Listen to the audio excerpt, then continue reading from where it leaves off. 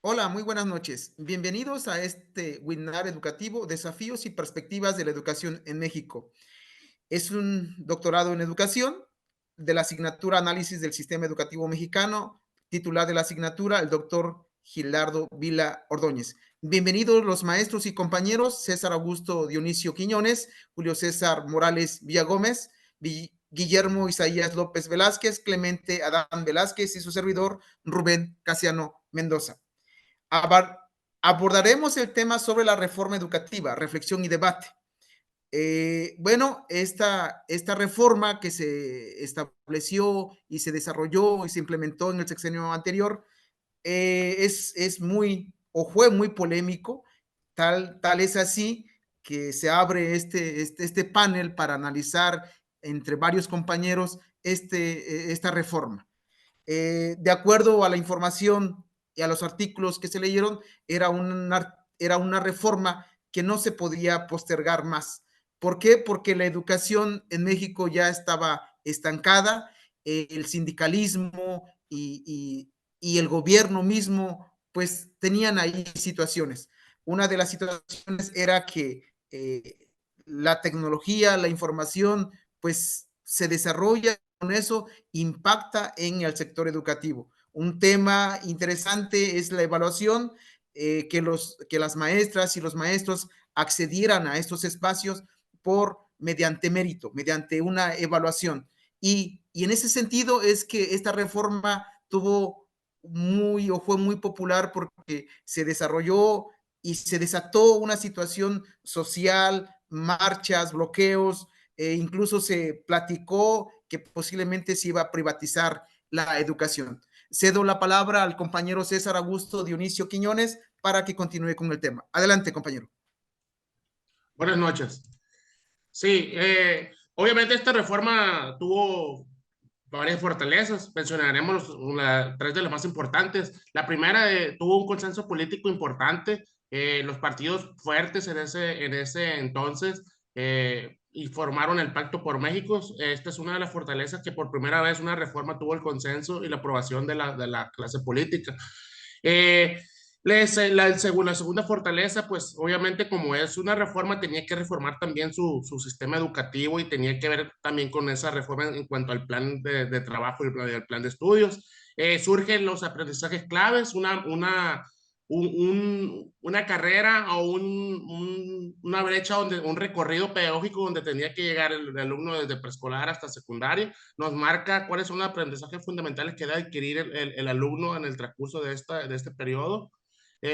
Otra de las fortalezas se vino a ser la conformación del Servicio Profesional Docente, el SPD, el encargado de la selección, actualización y evaluación de los maestros que estaban en servicio, así como los de nuevo ingreso. Tenía sus claroscuros, obviamente, este servicio profesional docente, por las características de la evaluación que se realizaba a los maestros. Maneja también que esta reforma maneja datos duros. En encuestas nacionales, el 64% de la población estuvo de acuerdo en esta reforma. Eh, Marca también que el 71% de acuerdo estaba de acuerdo en que evaluaron al maestro, no tanto los programas de estudio, ni las características, ni la infraestructura del sistema educativo, sino directamente que se evaluara al docente.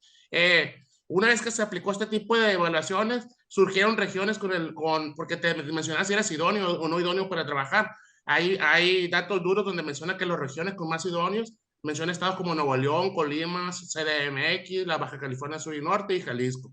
En términos de aprendizaje, manejan ellos un aumento en el porcentaje de alumnos que adquirieron conocimientos superiores en lenguaje, comunicación y matemáticas. Ellos mencionan dos estados principalmente, el estado de Sonora y la Ciudad de México.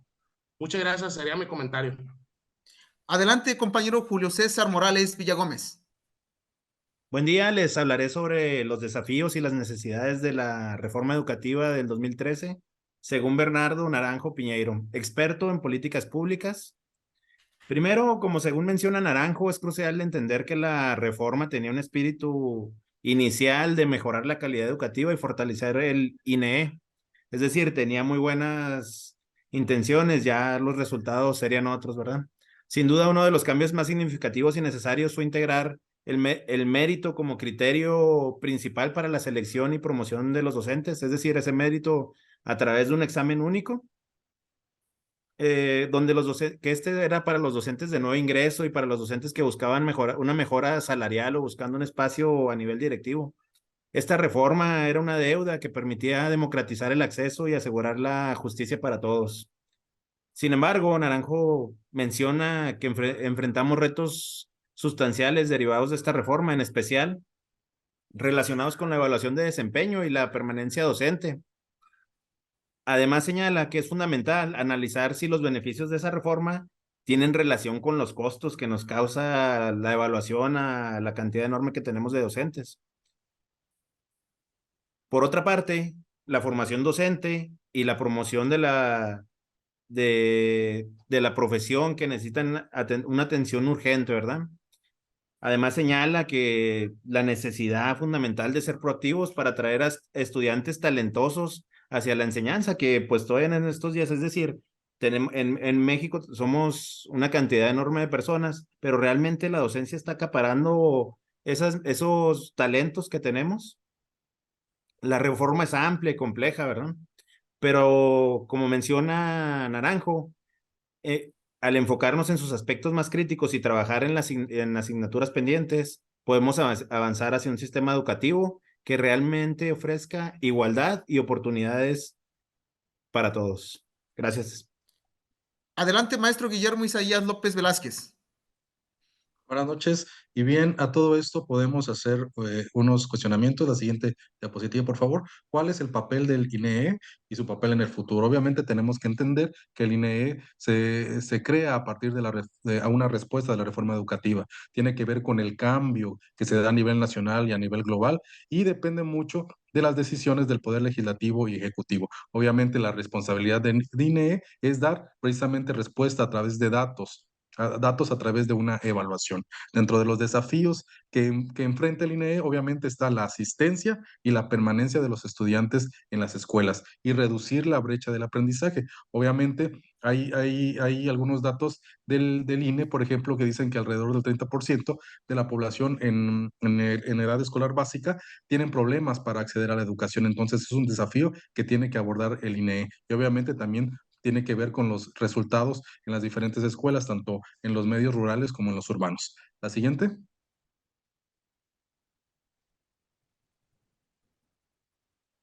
Dentro de los desafíos que tiene obviamente el INEE, tienen que ver mucho con los contextos, ¿no? En este sentido, la misión del INEE, como ya lo dije, es generar la información y tiene diferentes áreas de oportunidades. En primer lugar, está clarificar todos y cada uno de los propósitos de cada uno de las áreas que tiene que llevar el INEE. Tiene que mejorar la articulación entre todos los personajes que están inmersos en la educación y obviamente orientar los esfuerzos hacia la escuela y a la supervisión escolar y nunca dejar de lado a la familia. Un desafío muy importante el incluir a la familia en todo este proceso educativo. Gracias. Adelante, maestro Adán Velázquez.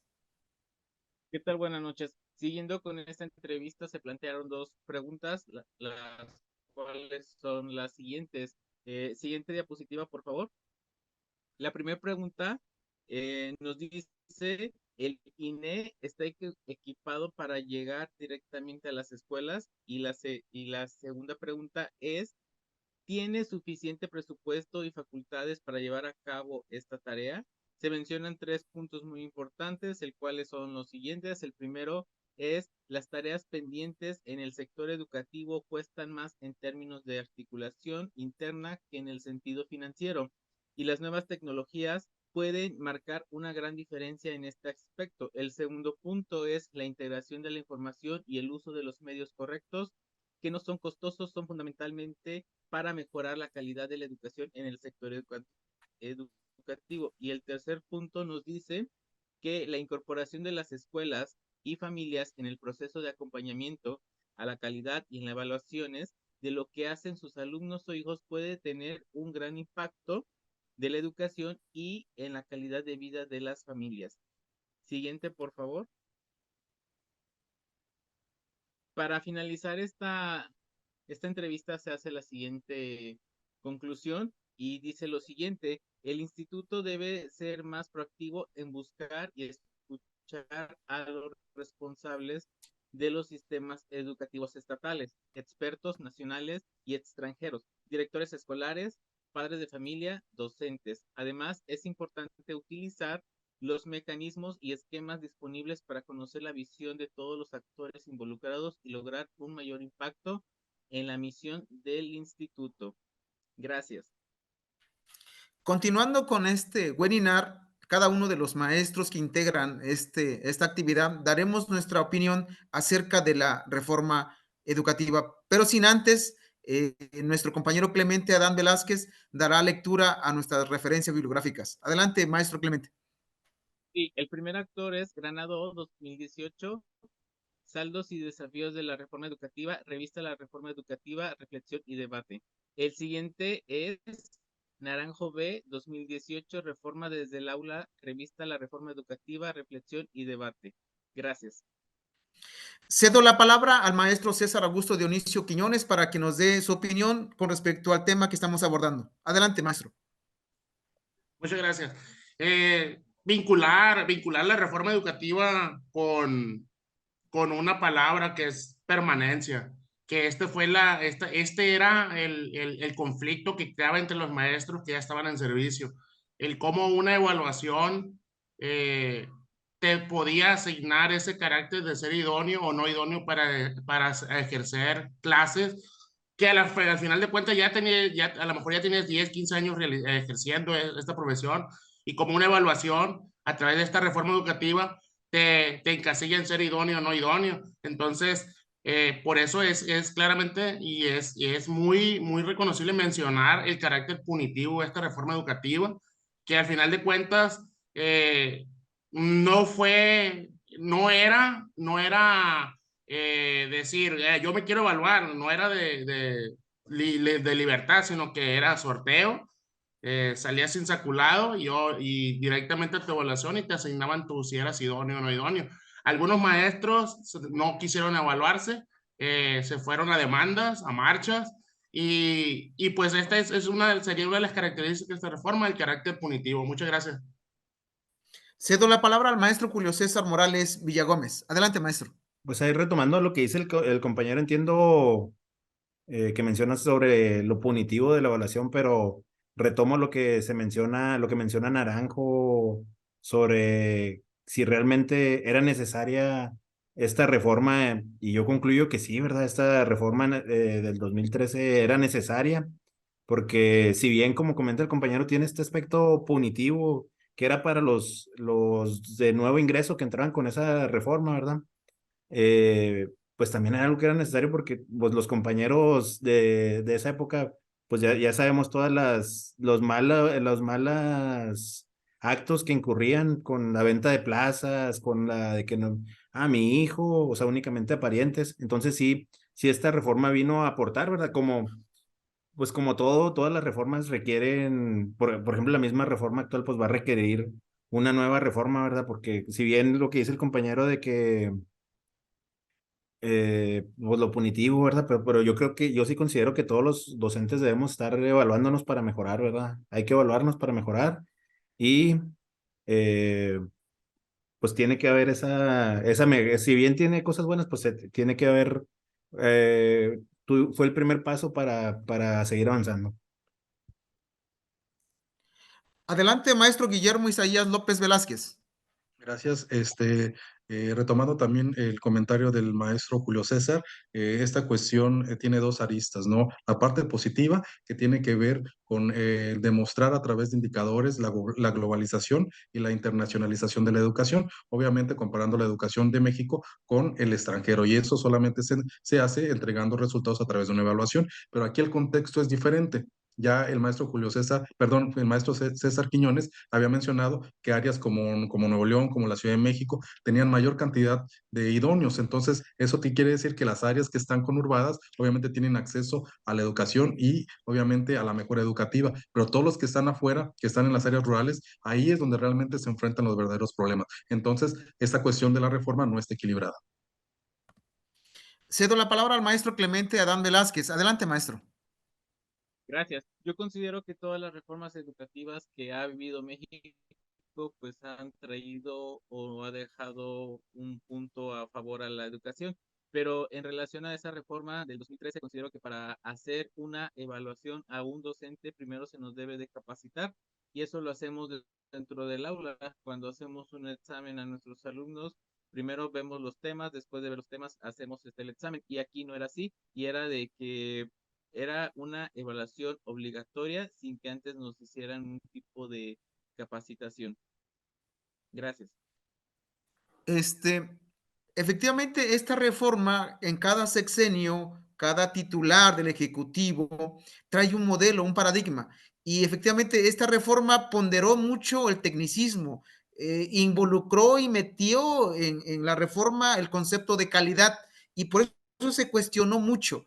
Se cuestionó en el sentido de que este modelo venía de países muy desarrollados y que no tenían mucho que ver con nuestro contexto, con esta interculturalidad de los nahuas, los mixtecos, los tlapanecos, los otomís, los mayas. Entonces era una cuestión que no tomó en cuenta que ahora con la nueva escuela mexicana toma en cuenta todas estas características y la evaluación educativa del maestro continúa, ya no es una cuestión de una reforma, porque también se cuestionó y se puso mucho eso, que era una cuestión más bien una reforma laboral y no una reforma educativa. Hoy por hoy tenemos otros modelos y creo que podemos ya tener una perspectiva ya más consolidada. Posiblemente en el próximo sexenio tengamos otros modelos. Cedo la palabra nuevamente al compañero César Augusto Dionisio Quiñones para que continuemos con esta charla. Sí, como bien lo comenta, todos los cambios, en este caso las reformas, pues vienen precedidas de una necesidad por parte del gobierno. En este caso, pues la necesidad era crear que se viera una unión, entonces por eso se crea este consenso político y facilita la creación de esta reforma educativa. Se dejaron de lado muchos elementos, se basó prioritariamente en la evaluación a uno de los actores del sistema educativo, pero dejó de lado al actor principal, a los alumnos, dejó de lado también a los contextos donde se desarrollaba ese proceso educativo. Entonces, yo creo que esta fue una de las fracturas de esta reforma educativa, el centrarse solamente en uno de los actores y que al final de cuentas no era el principal. El principal está a un lado, que es el alumno. Ese sería mi comentario. Muchas gracias. Adelante, Julio César Morales Villagómez. Yo lo que quiero comentar es, lo que me ponen a reflexionar es, por ejemplo, lo que menciona Granado, ¿verdad? Que realmente la intención era mejorar la calidad de esta reforma. O sea, realmente, por ejemplo, las evaluaciones de los docentes han impactado en los aprendizajes, en la calidad que tienen nuestros alumnos, o únicamente, como también se menciona en la lectura de Granado, únicamente tenemos profesores que salen más idóneos, que mejoran en las evaluaciones, pero realmente se ha visto reflejado en los aprendizajes de los estudiantes, porque si bien vemos los resultados de PISA del 2018, estamos hablando que están, en esa salieron muy bien hubo una mejoría, como lo mencionan en la lectura, pero no era con esa reforma. Los resultados de esa reforma lo estamos viendo ahorita en el 2023. Adelante, maestro Guillermo Isaías López Velázquez. Sí, en efecto, esta cuestión de la reforma educativa se debe de entender que no es un ente inmóvil. Obviamente es que es cambiante y estos cambios obviamente están ligados a los cambios de gobierno y a las tendencias de la globalización, ¿no? Entonces, en este sentido, en este próximo cambio de gobierno, una de los deberes del INEE es dar precisamente resultados de esta reforma educativa, obviamente resultados numéricos a través de las evaluaciones y de ahí hacer una ponderación de decir realmente si va a haber cambio o no va a haber cambio o solamente va a haber ciertos cambios internos dentro de la reforma educativa. Obviamente todos estos resultados van ligados obviamente al contexto de México y a las necesidades del país. Maestro Clemente Adán, por favor, cierre. Tenemos 20 segundos. Adelante, maestro, cierre, por favor. Pues ya ahorita en esta actual reforma, lo que viene siendo la nueva escuela mexicana, pues desaparece la palabra calidad y ahora se menciona lo que viene siendo que la educación debe de ser excelencia. Muy buenas noches. Con esto cerramos esta plática. Hasta luego, buen provecho. Gracias.